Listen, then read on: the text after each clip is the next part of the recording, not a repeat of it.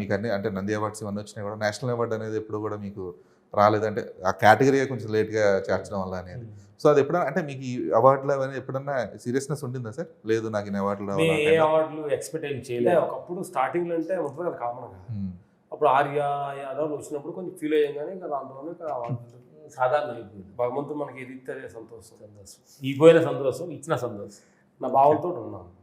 ఈ దైవం ముందు నుంచి ఉందా సార్ లేదా మధ్యలోనే మీకు ఇదంతా? మధ్యలో కొంచెం కంప్లీట్ మారాము. స్టార్టింగ్ ఉంది పేరుకి కీర్తి డబ్బులకి అంటే కొన్ని మా అమ్మగారు కొంచెం వదిలి తర్వాత ఎన్ని వచ్చిన తర్వాత ఇది కాదు మళ్ళీ షిఫ్ట్ అయ్యింది.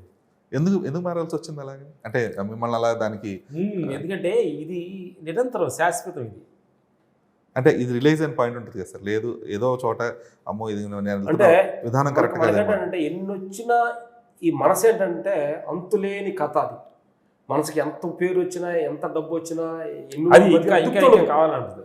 తృప్తి కల్లా అది ఏంటి అంటే ఆత్మస్థితి, భగవంతుడి స్థితిలో కానీ ఉంటే ఇప్పుడు మాకు సావులు పేరు కీర్తి ఇదంతా డబ్బులు ఇదంతా సావులు అనే తృప్తి ఏ రోజైతే మర్చిపోతుంది అదే నిజమైన కోటీశ్వరుడు అని మాకు మేమంతా మేము రియలైజ్ అయ్యాం. అంత ఈజీ కాదు కదా సార్ అది, చాలు అని అనిపించదు కదా మనిషికి. మేము సాల్వ్ అని చాలా అనుకున్నాం, చాలా అనుకోగలిగారు